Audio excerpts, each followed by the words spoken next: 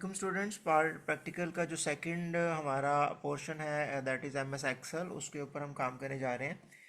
अभी हम लोग सिंपल से स्टार्ट करेंगे और मैक्सिमम प्रैक्टिकल आज मैं कवर करूँगा। कोशिश करेंगे इसको वाइंड अप करें।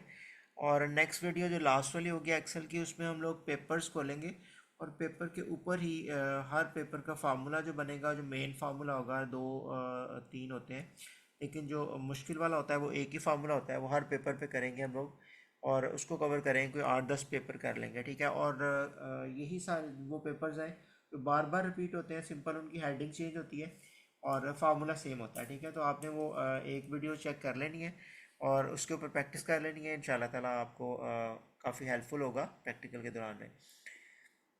जी, पहली जो स्क्रीन आपको नज़र आ रही है हमारी एम एस एक्सेल की, उसमें देखें ये स्टूडेंट्स जो प्रैक्टिकल तैयारी नहीं करके जाते, ये पुराना पेपर मैंने उठाया किसी स्टूडेंट का। यहाँ पे अचीवमेंट के अंदर उसने कैलकुलेशन की हुई है। वहाँ पे कुछ स्टूडेंट एक्सेल करते हुए प्रैक्टिकल में कैलकुलेटर मांग रहे होते हैं कि किसी के पास कैलकुलेटर है तो मैं कैलकुलेट कर दूँ। बट इस कैलकुलेशन की ज़रूरत नहीं होती। यहाँ पे आपने जस्ट एक्सेल की शीट को अंडरस्टैंड करना है, कॉलम्स एंड रोज को देखना है और उसके बाद आपने फार्मूला लगाना है सेल रेफरेंस की मदद से। सेल एड्रेस यूज़ करने हैं आप लोगों ने, और उसके बाद technical terms like built in function use करने हैं, या फिर बिल्ट इन फार्मूला यूज़ करने हैं आपने, और वो रिक्वायर्ड होता है, ठीक है। और पहले हम एक्सेल की शीट को देखते हैं, उसके रोज एंड कॉलम्स को देखते हैं, और वो नेक्स्ट हमारी जो पेपर्स के ऊपर हम फॉर्मूले लगाएंगे या लिखेंगे। आपने ब्लैंक पेपर देख के विदाउट यूजिंग एनी कंप्यूटर या गैजेट इसको परफॉर्म लिखना है 1 घंटा पहले प्रैक्टिकल में। तो वो प्रैक्टिस की होगी या उसको अंडरस्टैंड किया होगा आपने कि किस तरह से पेपर को देख के इंग्लिश में जो टेक्स्ट दिया है उसको फार्मूला में कन्वर्ट करना है। That is our target today, right.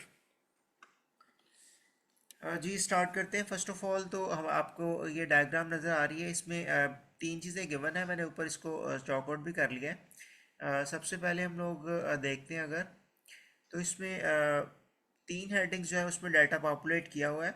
Achievement required है और अचीवमेंट पे आपने फार्मूला लगाना है। सो यहाँ पे थोड़ा सा इंट्रैक्शन कर लेंगे। जब आपने प्रोसीजर लिखना है तो मैंने आपको बताया था पिछले वीडियो में, उसका लिंक भी मैं शेयर कर दूंगा। अगर आपने वो नहीं देखी तो वो बेसिक वीडियो है, उसको देख लें एक्सेल की। That is very helpful from the start, scratch से लेके एंड तक।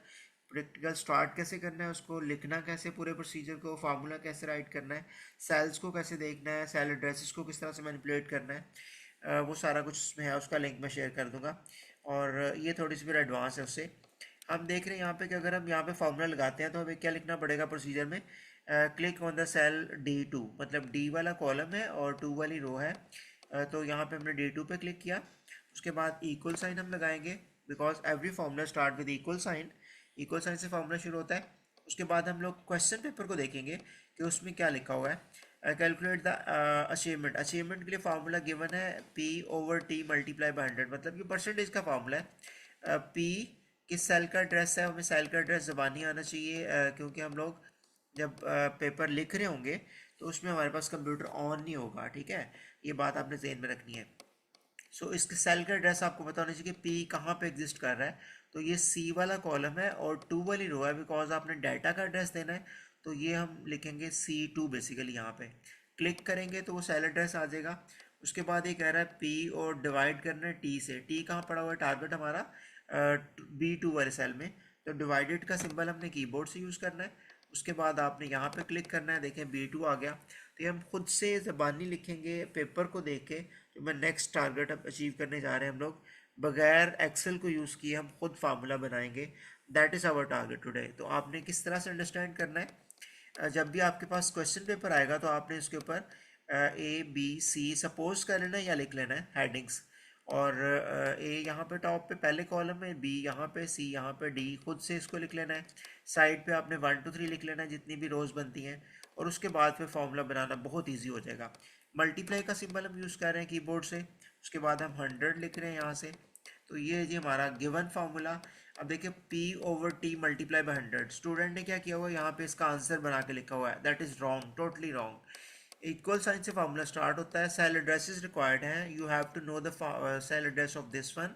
लाइक पी का एड्रेस क्या है, जहाँ पे डाटा पड़ा हुआ है C2, सी कॉलम का नेम है, 2 रो का नेम है।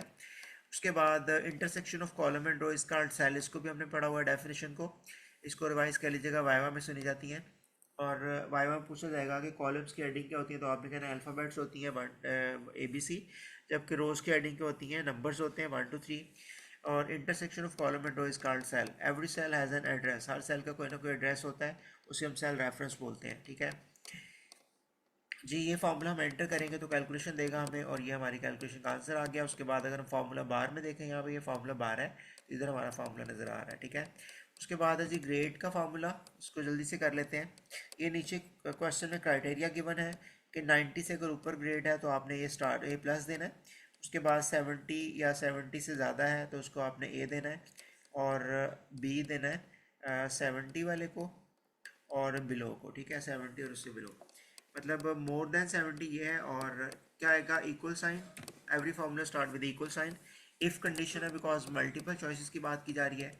उसके बाद आप क्लिक करेंगे कहाँ पे अप्लाई हो रहा है, कैलकुलेट, यस, A+ होगा फॉर मोर देन 90% अचीवमेंट। जी बेटा, ये इंपॉर्टेंट है कि अचीवमेंट जो है ना उसको आपने क्लिक करना है, मतलब उस सेल के ऊपर क्राइटेरिया लग रहा है।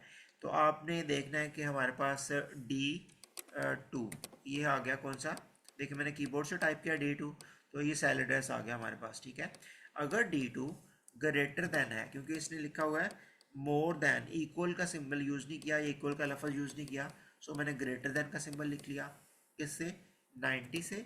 उसके बाद कॉमा आएगा, ये हम कंडीशन यहाँ से बना रहे हैं, इफ़, आगे फिर ब्रैकेट्स या ब्रांचेस आएंगी। उसके बाद सेल का एड्रेस अचीवमेंट गिवन था तो अचीवमेंट को हमने क्लिक कर दिया, या D2 डायरेक्टली लिख दिया।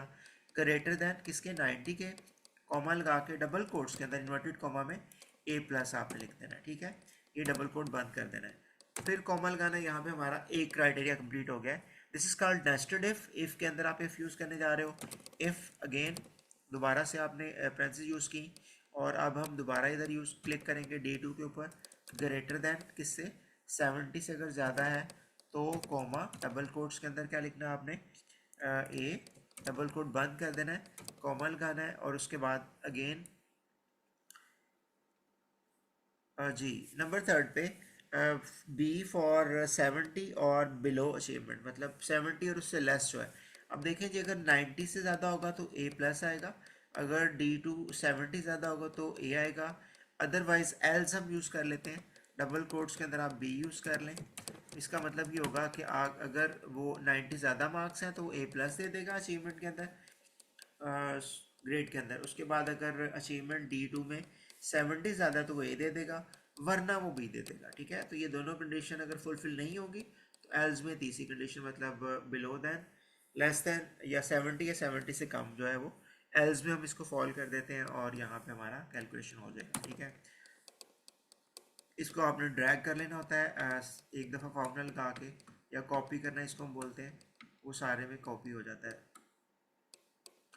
अब देखो जी, यहाँ पे हम इसको पहले कॉपी कर लेंगे इनकी कैलकुलेशन, और उसके बाद आप डबल क्लिक भी कर दें तो ये आपके सारे फॉर्मूले अप्लाई हो जाएंगे, ठीक है। ये देखिए 90 से ऊपर ऑटोमेटिकली हो गया। उसके बाद नेक्स्ट हमारा प्रैक्टिकल नंबर 4 है, ये 5 था, 1 ऑलरेडी मैंने पहले वीडियो में शेयर कर दिया हुआ है, और दोबारा मैं शेयर कर दूंगा, लिंक इसके साथ लगा दूंगा, वो आपने पहले देखना है, उसके बाद इसको देखना है, ठीक है। प्रैक्टिकल नंबर 4 जी, यहाँ पे क्या